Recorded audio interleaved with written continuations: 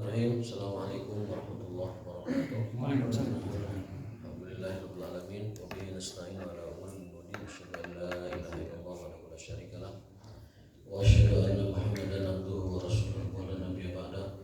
Allahumma shalli wa sallim ala nabiyyina Muhammadin sayyidil awwalin wal akhirin sayyidil anbiya'i wal mursalin rahmatil alamin wa ala alihi wa sahbihi wa man sara ala nahjihi ila yaumiddin. Allahumma subhanaka la ilma lana illa ma 'allamtana wa 'allimna ma yanfa'una wa zidna ilman. Allahumma rabbana atina fid dunya hasanah wa fil akhirati hasanah wa qina adzabannar.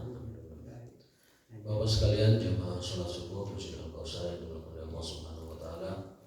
Alhamdulillah, pertama-tama kita panjatkan syukur dan puji-puja kita kepada Allah taala yang telah berkenan memberikan kita taufik, kesehatan dan juga kesempatan menunaikan sholat subuh berjamaah. Man sholat subuh bijamaatin kaman sholat lailah. Dalam hadis Muslim disebutkan, barang siapa yang sholat subuh berjamaah maka dia seperti sholat semalam penuh. Mudah-mudahan Allah menerima sholat kita. Amin. Amin. Hari ini kita akan lanjutkan kajian hadis kita, yakni hadis yang ke 422. Terakhir itu 421 tentang betapa dermawannya Rasulullah SAW, dan itu kedermawanan beliau dilakukan di masjid.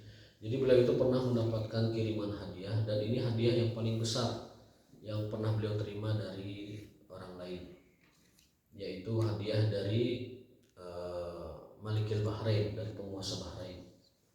Jadi Bahrain dari dulu sudah kaya rupanya.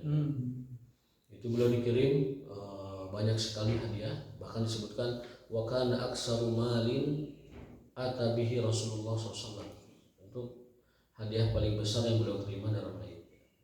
Kita harus bedakan mana hadiah, mana sedekah. Kalau Nabi dan para keturunannya tidak boleh menerima sedekah. Bani Hashim, Bani Muttalib dan seluruh keturunannya tidak diperkenankan menerima hadiah, kecuali mereka kondisinya kondisinya sangat darurat membutuhkan, itu beda lagi. Tapi kalau memang secara umum mereka tidak betul, tapi mereka boleh menerima hadiah. Makanya Nabi banyak menerima hadiah. Yang waktu di Zadul Ma'ad kita ceritakan, beliau menerima hadiah dari Raja Mesir, Makokis ya. Beliau menerima 3 hadiah, 1 dikembalikan, yaitu tabib, kemudian sahaya Maria Al-Qibtiyah itu dengan minyak wangi. Sahayanya diterima dan dinikahi, kemudian minyak wanginya diambil, lalu tabibnya dikembalikan lagi karena saat itu beliau tidak membutuhkan tabib. Nah, ini hadiah yang berikutnya dari Raja Bahrain, penguasa Bahrain. Ini hadiah yang paling besar yang pernah beliau terima. Jadi kalau waktu itu Pak Haji Hikmat bertanya, Pak Dokter ya, bertanya penghasilan Rasul dari mana, ya diantaranya ini hadiah-hadiah dari para bisa dikatakan bukan kolega, mungkin para pemimpin-pemimpin negara sahabat. Nah, itu mengirim hadiah kepada Rasulullah. Cuman bedanya beliau itu kan sudah kita sampaikan, beliau itu memilih hidup bersahaja. Nah, gitu. Makanya doa masyhur beliau itu, Allahumma ahyini miskinan. Ya Allah, hidupkan aku dalam keadaan miskin. Wa amitni miskinan, dan wafatkan aku dalam keadaan miskin. Wahsyurni ma'azumratil masakin, dan bangkitkan aku nanti di akhir bersama rombongan orang-orang miskin. Tah itu doa yang belum pernah kita baca seumur hidup, dan mau dibaca juga doa khusus disebutkan ya, tapi kita ayat pada ayat. Jadi Rasul itu memilih kehidupan sederhana, bersahaja itu pilihan. Beliau bisa kaya, bahkan dalam ghanimah hak beliau itu kan khumus 20%. Itu luar biasa. Kalau mau kaya itu pangkaya-kayaan beliau kalau mau kaya. Rampasan Persia, rampasan Romawi, rampasan negara-negara yang ditaklukkannya itu berapa gitu. Kalau APBN Romawi misalkan 10.000 triliun, per 5-nya berapa? 20%-nya. Udah, itu nggak ada yang ngalahin ya. Tetapi beliau lebih memilih hidup bersahaja.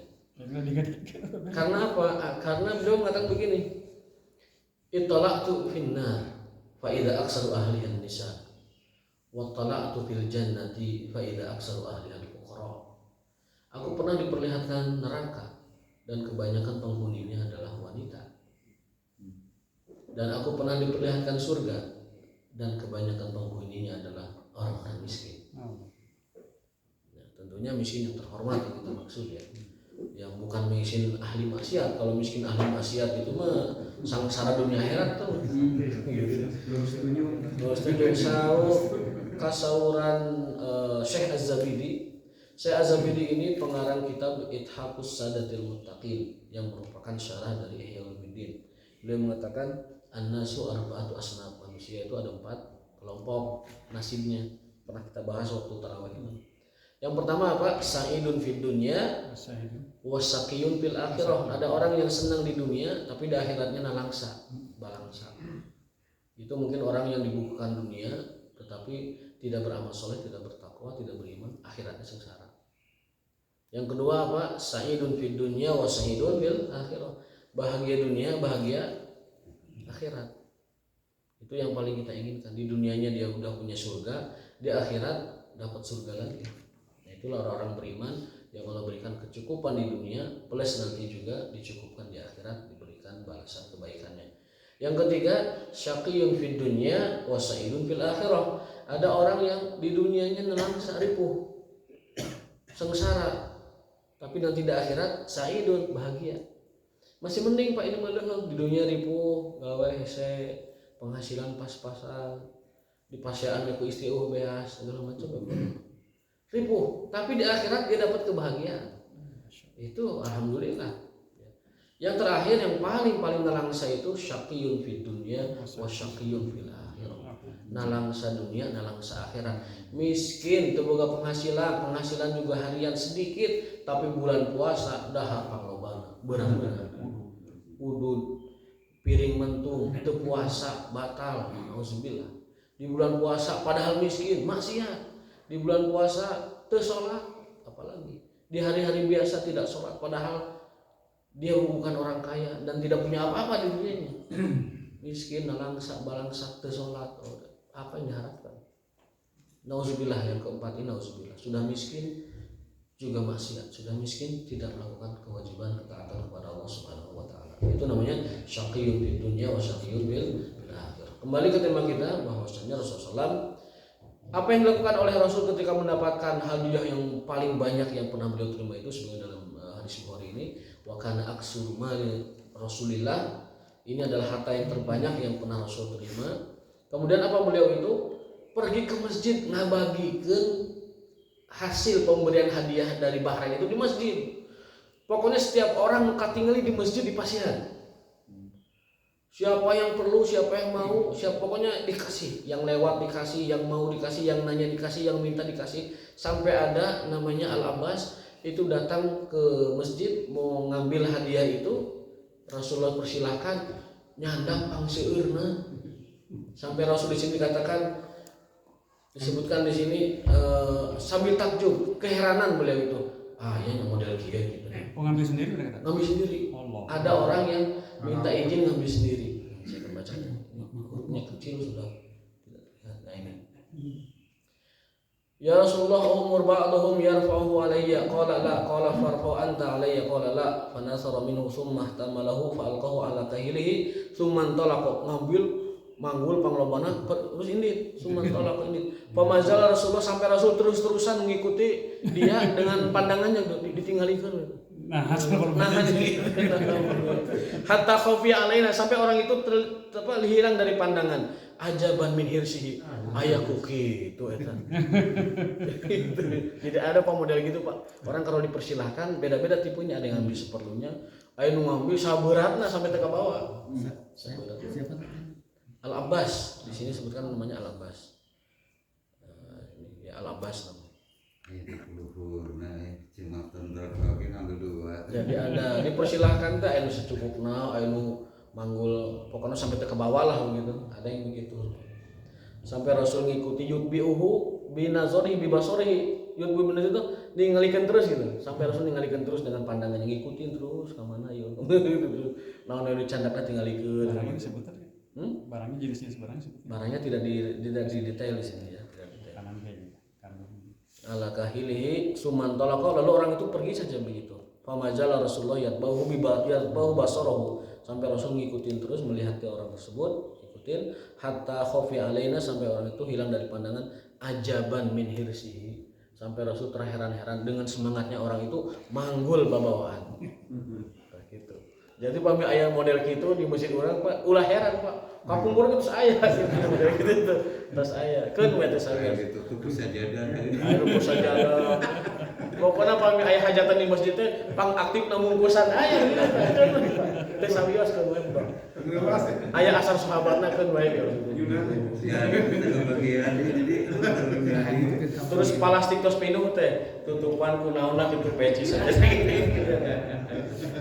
Teu sawios makan mending mah orang berbahagia semuanya. Atas dihalalkan. Sudah halal, sudah silahkan ambil. Kalau sudah silahkan ambil, mangga dibungkus ya silahkan. Gitu ya. Ambil seperlunya atau seberatnya mangga teman. Apa mitos dihalalkan. Nah berikutnya adalah itu hadis Rasulullah tentang kedermawanan beliau, yang mana beliau lakukan itu di masjid. Artinya orang itu berbagi sedekah, berbagi infak, berbagi zakat segala macam itu di masjid juga dianjurkan. Bedanya apa tadi hadiah dan sedekah dalam? Kalau hadiah itu saya melihatnya bukan atas belas kasihan, bukan atas dasar belas kasih, dan bukan upah jasa sesuatu, bukan upah kebaikan. Kenapa Rasul dan Bani Hashim dan Bani Muttalib dilarang menerima sedekah? Karena tidak mau dianggap bahwa mereka menunaikan dakwah itu adalah untuk mengharap upah balasan dari manusia. Ya, makanya Allah berfirman, "Qul la as'alukum alaihi ajra." Allah beriman kepada Rasulullah, katakan hai Muhammad, la as'alukum alaihi ajra. Aku tidak meminta upah apapun dari dakwah ini, sedikit pun tidak. Illal mawaddata fil qurba, hanya Rasul diperintahkan kepada umatnya agar umatnya mencintai kerabat-kerabatnya. Illal mawaddata fil qurba. Ini dalil yang merupakan kewajiban kita harus mencintai, menghormati dan menyantuni keluarga Rasulullah Shallallahu Alaihi Wasallam. Para habaib sekarang termasuk para habaib, termasuk para zuriat, termasuk para keturunan beliau. Itu hukum menghormati dan mencintai mereka, hukumnya wajib berdasarkan ayat ini. Jadi Allah mengatakan kepada Rasul, "Wahai Muhammad, katakan pada umatmu, aku tidak akan pernah meminta upah sedikit pun dari dakwahku, tapi cintailah keluargaku." Itu Ayat.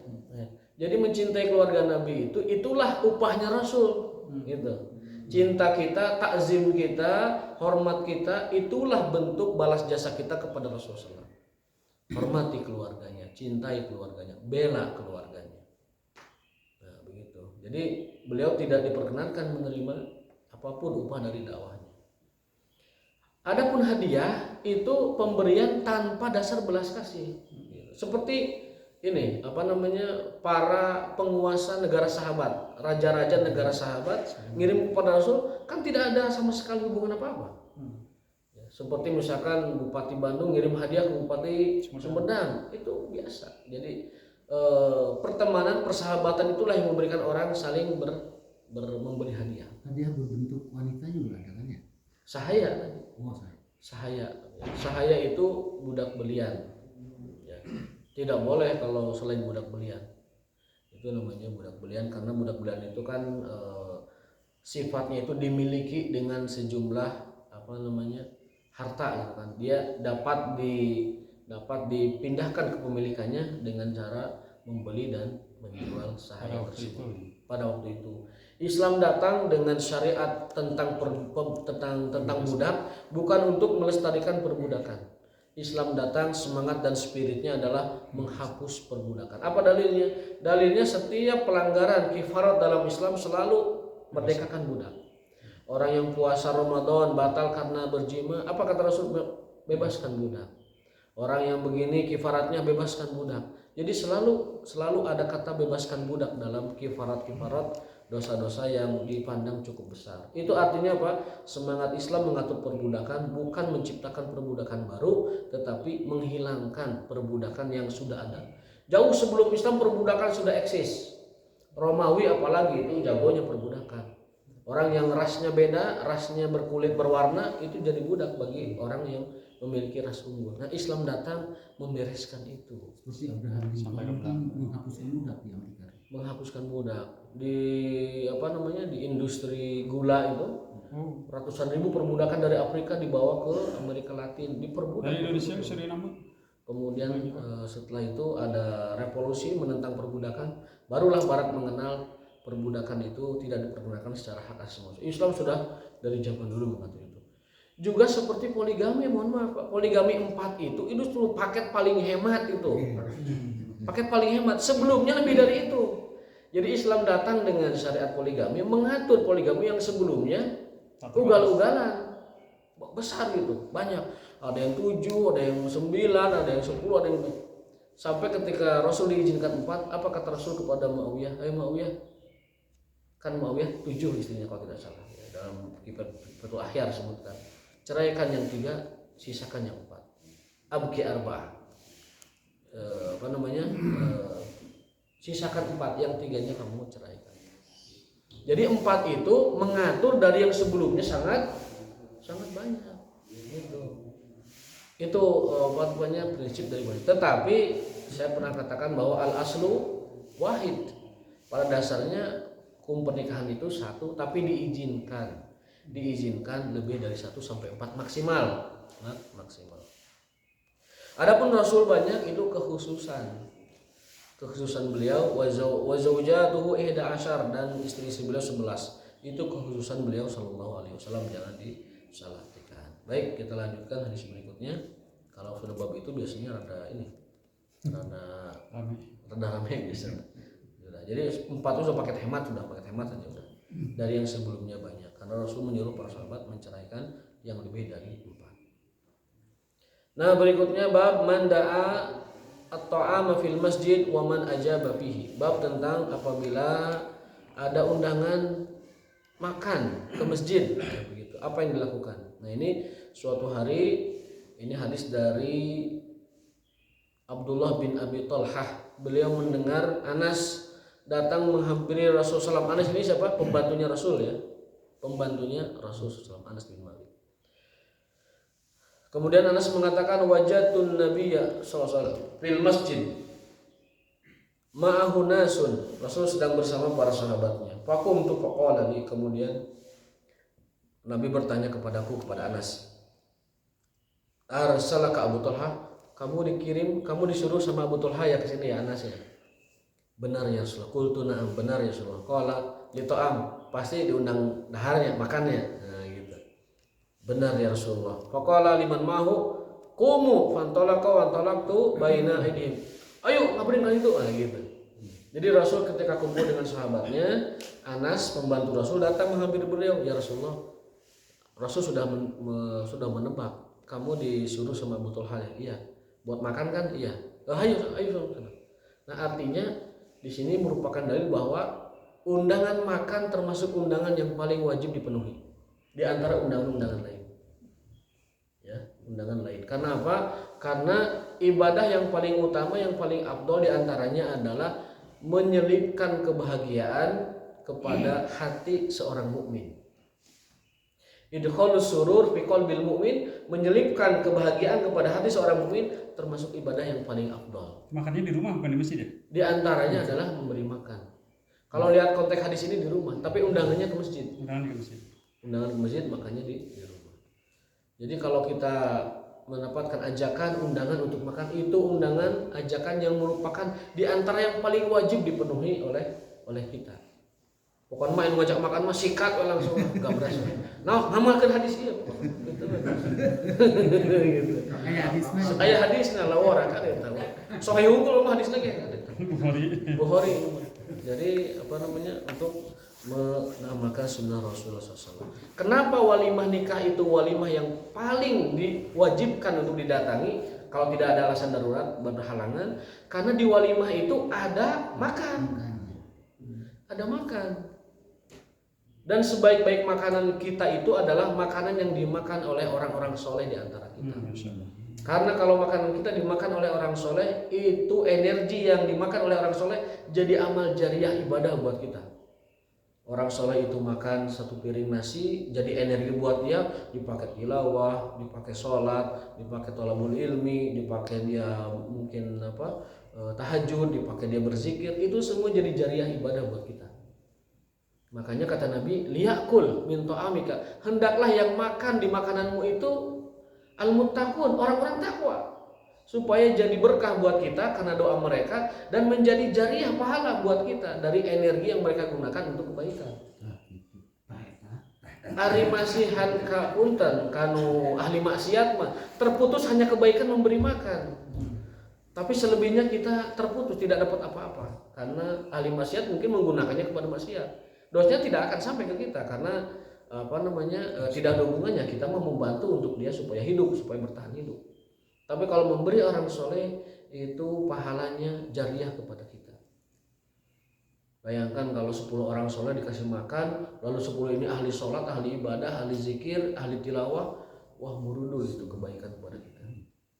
Dalam hadis lebih khusus lagi Nabi bersabda, sesungguhnya satu butir biji gandum yang kau suapkan kepada istrimu, anakmu, memberi makan maksudnya, itu sedekah untuk kamu. Makanya beruntunglah istri yang punya istri yang gembul Pak, yang muncung 2 piring tuh.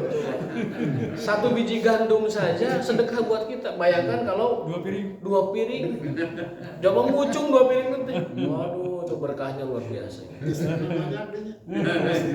Istrinya banyak. Eta bekantun dikalikan wae mangga. Ulah teu hiji-hiji acan. Ulah lebih ka teu hiji jasan da itu. Gitu. Kangge inspirasi mangga itu mah. Lenyepaneun mangga. Kangge lenyepaneun mangga. Jadi undangan yang paling diantara wajib dipenuhi itu adalah undangan makanan, karena menyelipkan kebahagiaan kepada seorang mukmin. Bahagia kepada yang undang itu kan kita datang mendatangi undangannya itu bahagia dia kan. Menyelipkan bahagia kepada seorang mukmin adalah ibadah yang paling afdal. Ada hadisnya, di antara ibadah yang paling afdal adalah antudkhilas surura fi akhikal muslim. Kau menyelipkan kebahagiaan, kesenangan kepada saudaramu yang muslim, saudaramu yang mukmin. Ketika orang mengundang kita makan, kita datang, itu bahagianya luar biasa. Maka menyelipkan kebahagiaan kepada mereka itu pahalanya juga besar. Mudah-mudahan Allah SWT senantiasa menjadikan kita orang-orang yang dapat menyelipkan kebahagiaan kepada teman-teman kita sesama muslim. Amin ya rabbal alamin. Ini memberi makan. Kayak abdi aja lah bagi. Mangga. Kayaknya sekarang ya mungkin kayaknya patut juga diwaspadai. Apa tuh? Enggak. Jadi makanan itu mestinya halal dan baik. Halalan thayyiban. Jangan terjadi diundang makan di tangan ataupun perkawinan. Pulangnya keracunan. Basi teman basi. Ya tambah teknis berarti keracunan dulu. Jadi kewaspadaan itu harus juga di. Betul. Yang kedua, hadis cerita tentang Rasul di makan. Iya. Tapi ternyata Rasul membawa kawan-kawan. Betul. Sedangkan itu yang pribumi hanya sedikit makanannya dibawa. Iya. Sehingga khawatir itunya pribumi tidak bisa kasih makan. Betul. Tapi kata Rasul di sini Ya, bokona kadiakeun gitu. Baik. Kok bisa gitunya? Umurku sudah habis terus muncul lagi gitu. Susu. Iya, beberapa kasus ada. Banyak cerita, banyak kasus, banyak Iya, peristiwa. Ada beberapa kasus. Yang pertama dalam kitab Syama'il Muhammadiyah yang pernah kita baca waktu hari-hari Maulid itu disebutkan bahwa Rasul itu tahu mana sahabat yang kalau didatangi oleh seorang itu mencukupinya, dan tahu mana sahabat yang kalau ngundang itu ngabring pun tidak masalah. Tahu persis pasti. Rasul tahu persis kondisi sahabatnya. Nah, itu perlu jadi catatan ya. Jadi kalau Rasul misalkan diundang Abu Thalhah makan, Rasul tuh tahu Abu Thalhah itu orangnya royal, orangnya royal belehan. Jadi ketika sahabatnya tahu bahwa Rasul diundang makan, sahabat ngajak kumu, ayo kita semua ke sana. Rasul tahu Abu Thalha gimana tipikalnya gitu. Tapi kalau yang undangnya itu tipe orang yang mencukupi hanya khusus kepada Rasul misalkan, itu Rasul tidak akan melakukan itu. Itu dijelaskan dalam kitab Syama'il Muhammadiyah. Karena pada prinsipnya seseorang tidak boleh mengikuti makan di undangan yang tidak diundang. Itu namanya at-tufaili. Perbuatan itu namanya tufaili, tamu tak diundang. Gitu. Kapungkur terus mahasiswa mah rada kapungkur pelaku gitu kan. Praktisi kapungkur orang itu gitu. Mahasiswa modal batik wareng Pak. Modal batik tiap mingguan wareng gitu. Sulubus tapi tak terang kan. Nah, kesininya kan kita belajar berilmu dan mengetahui bahwa tidak halal bagi seorang muslim mengikuti makan di tempat yang tidak diundang untuk makan. Itu konteksnya makan undangan. Nah, dalam konteks ini Rasulullah SAW tahu persis mana sahabat yang kalau didatangi banyak orang itu tidak keberatan dan mana sahabat yang hanya mencukupi 1-2 yang mencukupinya. Berarti haram dong. Tidak halal. Makan tempat yang tidak diundang bosan. Sebenarnya itu kembali kepada tuan rumah. Ada tuan rumah yang mengikhlaskan begitu saja, ada. Enggak, biasanya gini, ada di undangan besar angkat Broto tuh ya. Ya. Itu makanan tuh udah disediakan dengan untuk undangan kan. Ya. Tapi kok kurang gitu. Karena ada siswa-siswa angkatan darat ya pokoknya tentara suka ikut makan. Jadi kurang enggak gitu tuh. Ya mudah-mudahan Sohibul Baitnya menghalalkan ya. Jadi halal buat mereka. Jadi kalau mengatakan sampai haram saya tidak berani. Ya alal akal mungkin subhat lah ya. Subhat karena dia tidak diundang makan subhat karena membuat sang Sohibul Hajat itu merasa kesulitan dan direpotkan dengan cara seperti itu. Jadi Rasul hadis ini perlu dipahami dengan luas ya, bahwa Rasulullah tahu persis dijelaskannya di kitab Syama'il. Dalam kitab Syama'il disebutkan Rasul itu tahu persis mana sahabat yang tadi kalau didatangi ngabring itu tidak masalah dan mana sahabat yang kalau didatangi ngabring itu keberatan. Rasul tahu persis. Sehingga ini Abu Thalha ini termasuk orang yang kalau didatangi ngabring tidak masalah. Itu yang kedua. Yang kedua, Rasul SAW itu punya mukjizat diantaranya membanyakkan makanan yang tidak banyak. Ketika peristiwa Khandaq itu penggalian parit, kan makanan itu sedikit kan. Ketika ada sahabat yang Rasulullah lapar, ditinggalkan perut nanti kosong. Rasul buka juga perutnya. Ganjal. Batu nanti lebih di sahabat. ada sahabat mengganjal perutnya supaya tidak terasa lapar itu dengan batu.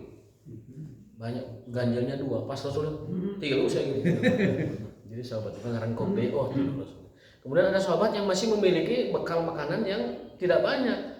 Akhirnya kesini kan itu makanan. Lalu Rasulullah masukkan tangannya ke karung itu yang dalamnya ada korma dan menyuruh semua sahabat ngambil dari makanan itu.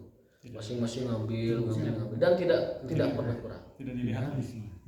Tidak kurang, tidak habis. Jadi satu di dalam wadah itu semua tangan sahabat ngambil, kan yang gali par itu banyak Pak, mungkin ratusan, mungkin ribuan, banyak. Tapi itu makanan yang dipegang oleh Rasulullah itu tidak habis-habis. Itu bagian dari mukjizat Nabi SAW. Doanya itu apa? Tidak disebutkan doanya. Tapi kalaupun kita doa rasanya tidak akan terjadi, karena itu kekhususan mukjizat Rasulullah. Kecuali kalau kita ahlul karomah, kalau kita punya karomah bisa jadi karena sesuatu yang khawarikul adah bisa terjadi pada Rasul Nabi namanya mukjizat, bisa terjadi pada para wali dan orang soleh namanya karomah, bisa terjadi pada orang biasa namanya maunah. Jadi itu yang pernah kita bahas bahwa khawarikul adah, kemampuan kesaktian luar biasa itu dalam Islam ada 5 bentuknya. 1 dilarang, 4-nya adalah karunia Allah. Yang pertama adalah mukjizat Nabi dan Rasul, yang kedua karomah bagi para walinya dan orang-orang soleh terdekatnya, yang ketiga maunah bagi orang-orang biasa yang Allah tolong, yang keempat irhas. Irhas itu kedua sebenarnya, mukjizat yang Allah berikan kepada calon nabi, itu irhas namanya. Jadi mukjizat yang pertama, kedua irhas, ketiga karomah, keempat maunah. Yang kelima ini yang patut diwaspadai, sihir. Sihir itu adalah khawarikul adah yang diperoleh dengan cara dipelajari. Jadi kalau ada orang belajar jajaten, belajar kanuragan, belajar kesaktian, khawariqul adah dan lain sebagainya, itu kalau dipelajari dipastikan sihir. Karena maunah itu pemberian, karomah juga karunia, irhas juga karunia Allah kepada calon nabi, mukjizat juga karunia Allah kepada para nabi untuk mendukung dakwahnya dan untuk mengalahkan musuh-musuh dakwah. Selain 4 ini maka harus diwaspadai. Itu bisa jadi, bukan bisa jadi, bahkan itu didefinisikan oleh para ulama sebagai sihir. Ngamalkan ilmu tertentu, ngamalkan wirid tertentu, ngamalkan ritual tertentu, ngamalkan syarat-syarat tertentu dan lain sebagainya, tentu bertentangan dengan tauhid, dan jatuhnya kalau ada keajaiban itu jatuhnya adalah sihir. Maka kita patut berhati-hati karena sihir dapat merontokkan akidah kita dan menghapus amalan-amalan kita. Apa dalilnya? La in asyrakta la yahbatanna amaluka. Jika kau berbuat asyrakta, syirik, kemusyrikan, la yahbatanna amaluka, Allah akan hapuskan amaluka, seluruh amalmu. Itu tuh kita rugi. Amal 70 tahun baik-baik kita ibadah, 70 tahun puasa, 70 sholat, 70 itikaf, 70 zakat, 70 tahun sedekah, hapus hanya karena lain asyrakta, hapus hanya karena kemusyrikan yang sesungguhnya tidak menguntungkan kita juga seperti itu. Mohon maaf ya. Ada di tempat saya itu tukang jual batu akik, batu ali. Pak, tak iya tuh iya. Berapa man? 200. Naon ieu? Jang beunghar cenah. Ayo mainan tuh beunghar-beunghar gitu. Itu kan paradoks ya, Pak. Dia jual batu sekian ratus ribu untuk orang kaya, untuk orang supaya jadi kaya, dia sendiri tidak kaya-kaya. Nah, ini perlu diwaspadai, jangan sampai kita terbuai, jangan sampai terpesona, jangan sampai tergadaikan akidah tauhid kita dengan hal-hal yang musyrik ya. Yang kadang-kadang yang musyrik itu sama sekali tidak berguna buat kita, tidak mendatangkan manfaat, juga tidak membawa madarat. Kita jaga baik-baik akidah kita, karena itu satu-satunya bekal kita untuk selamat ya. Satu-satunya kunci kita selamat, la ilaha illallah. Kalau itu diselewengkan ya, la ilaha illallahnya menjadi batal, menjadi gugur ya. Nah baik, yang mungkin satu lagi, masih ada waktu ya, bab tentang al-qada wal li'an fil masjid bainar rijali wan nisa. Bab seseorang boleh saling melaknat, suami istri ya, di masjid dan diputuskan hukumannya saat itu. Ini kejadiannya di zaman Nabi SAW ya. Itu diceritakan, akhbarani Ibnu Syihab an Sahal bin Sa'ad anna rajulan qala ya Rasulullah ara'aita rajulan wajada ma'muratihi rajulan yaqtuluhu fatala ana fil masjid wa ana syahidun. Jadi begini Pak, kalau orang memfitnah orang lain dalam bab kehormatan, nuduh bizina, nuduh homoseks, nuduh lesbi, nuduh apapun kehormatan, lalu orang itu tidak mendatangkan 4 saksi, 4 saksi yang kredibel, maka yang nuduhnya itu wajib dicambuk 80 kali. Itu namanya haddul qadzaf. Maka jangan pernah sembarangan kalau ada di berita artis anu selingkuh, jangan ikut-ikutan nyebut selingkuh. Jangan ikut-ikutan nyebut, apalagi nyebut mesum, nyebut berzina, jangan ikut-ikutan. Sekali kita nyebut, maka kita berhak dicambuk dan wajib kalau ada hukum Islamnya dicambuk 80 kali. Kalau tidak dicambuk, tidak ditekan hukum Islam, di sisi Allah dia dicambuk. Jangan ikut-ikutan menyebut kehormatan orang lain tanpa kita punya saksi 4 orang kredibel yang melihat langsung tanpa penghalang, tanpa syubhat, tanpa samar bahwa ember masuk ke dalam sumurnya, pedang masuk ke sarangkanya. Nanti tanu perumpamaan supaya paham. Pokoknya mah gitu ya. Gitu. Ulama membahasakannya idkhalul hasyafa fi farjil mar'ah. Dalam bahasa kiasnya ikhraju dalwi fil bi'ri. Ya, idkhalu dalwi fil bi'ri. Ember masuk ke sumur. Terjadi penetrasi.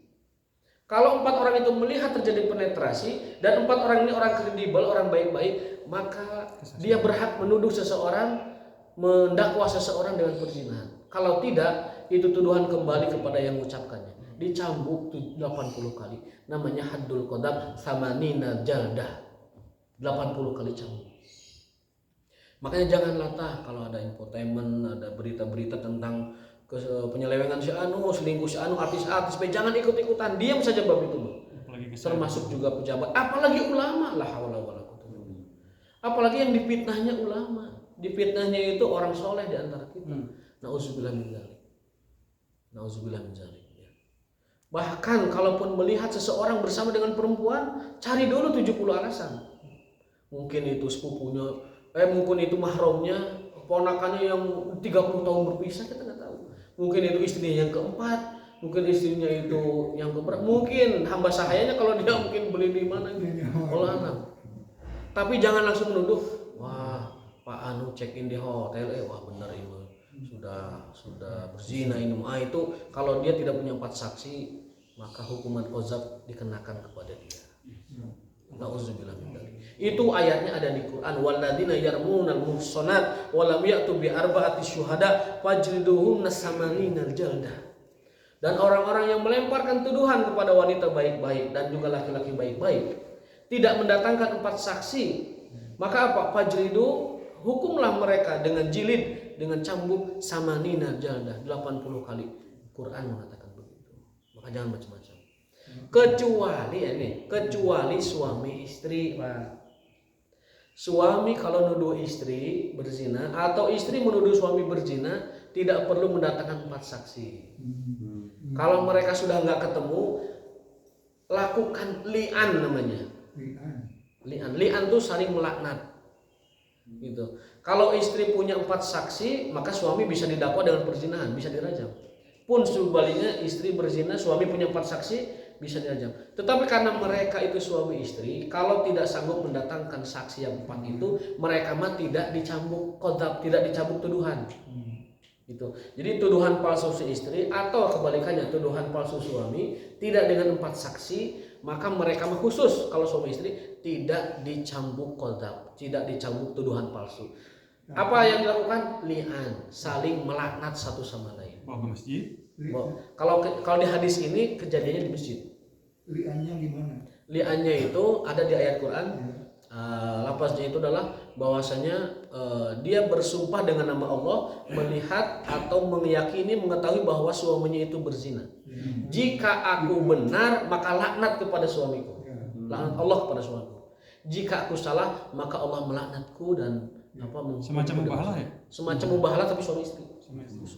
Begitupun kalau suami menuduh istrinya tidak punya 4 saksi, maka dia tidak dihukum cambuk sumpah palsu, tuduhan palsu, tetapi dia dilaknat, dili'an namanya. Dia bersumpah, demi Allah saya mengetahui dan menyaksikan istri saya berzina. Kemudian setelah itu, andaikan aku benar, maka laknat Allah akan turun kepada istriku. Dan jika istriku yang benar, maka laknat Allah akan turun kepadaku. Dan laknat itu lebih berat dari hukuman. Laknat itu lebih, bisa jadi orang dilaknat mah wah udah lebih parah dari hukuman. Kalau hukuman cambuk kan jebret beres. Tapi kalau laknat lebih parah dari hukuman. Dan itu untuk proses cerai mungkin selanjutnya ya? Cerai abadan. Nah, diceraikan, cerainya cerai abadi sampai hari kiamat tong nikah deui. Hari cerai biasa maka talak 3 misalkan, talak 3, asalkan dia diselang dengan laki lain dan laki lain itu sudah menjima istri itu, menceraikan kembali, dia bisa kembali kepada mantan suaminya. Talak 3, talak bain kubro, talak 3 itu masih ada celah kesempatan rujuk kepada dia dengan syarat ada orang lain masuk mengawini dia dan bersetubuh dengan dia, berjima secara halal syar'i, lalu dia pun ceraikan si wanita itu, boleh kita ambil lagi mantan istri kita itu. Tapi kebanyakannya kasus-kasus yang ada seperti ada jemaah saya di Cirebon, di Kuningan, biasanya penyelang itu akhirnya mendapatkan kebahagiaan dengan yang diselangnya itu. Kawin Cina sebetulnya. Itu. Ada waktu itu orang disewa. Nah, ini makanya dalam Islam tidak boleh nih rekayasa kawin yang menyelang itu, tahlil namanya. Tahlilul muhallil itu nggak boleh. Namanya nikah rekayasa. Si kawin kemana sekedarnya? Jadi itu istri saya kan sudah talak 3, kamu nikahin dia lah untuk menjelang saya. Nggak harus terjadi persetubuhan. Hatta tadzuqa usalayatahu wa tadzuqin sampai kau rasakan madunya dan dia rasakan madunya. Allah. Sampai menikmati keduanya.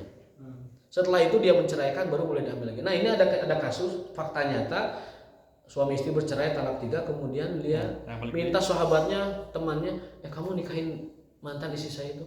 Nanti kalau sudah kamu setubuhi, kamu ceraikan lagi biar balik ke saya. Itu syarat wajibnya itu. Talak 3 itu syarat baliknya harus itu. Harus begitu ya. Harus begitu sebagai hukuman buat suami, tidak bisa. Nah, ternyata orang yang disewa oleh dia 1 juta tarifnya kalau di daerah Cirebon itu 1 juta tarifnya. Ternyata setelah disuruh nikah sama mantan istrinya, keenakan, Pak. Gak mau nyerah. Keenakan nggak mau nyerai. Sampai dia menagih balik. Mana itu? Cagan atau enggak itu? Enggak tuh yang bisa. Ngunah tuh bisa. Sampai gitu bilang nanti, ngunah tuh gimana itu? Gitu. Ngunah tuh bisa lah. Sekali aneh. Gitu. Sampai dibayar ditebus 1 juta ditambahan alimun, Pak. Tos kaburu senang, kaburu bagja jeung mantan istrinya itu. Ini sebagai hukuman kepada para suami, jangan sampai mentalak 3 istrinya. Talak 1 cukup dengan iddah. Talak 2 harus akad dan mahar baru. Talak 3 harus diselang orang lain menyetubuhinya dan menceraikan orang wanita itu, baru bisa kita ambil lagi sebagai berat. Makanya talak 3 mah hukumannya itu. Hukumannya tuh kita harus atau kita wajib menerima bekas ceraian orang lain. Allah. Waliyazubillah. Itu babnya ada di fikih. Nah, ini babnya adalah bahwa Rasulullah SAW pernah ada sahabat melaporkan itu, ya Rasulullah, ada orang yang mengklaim bahwa istrinya begini-gini. Kemudian mengatakan fatalah ana fil masjid. Akhirnya kedua orang itu diputuskan vonisnya saling melanggar melian di masjid. Ya, jadi artinya apa? Masjid itu boleh menjadi tempat pemutusan perkara. Ya, Umar sering memutus pengadilan itu di masjid. Rasul juga sering memutus pengadilan itu di masjid.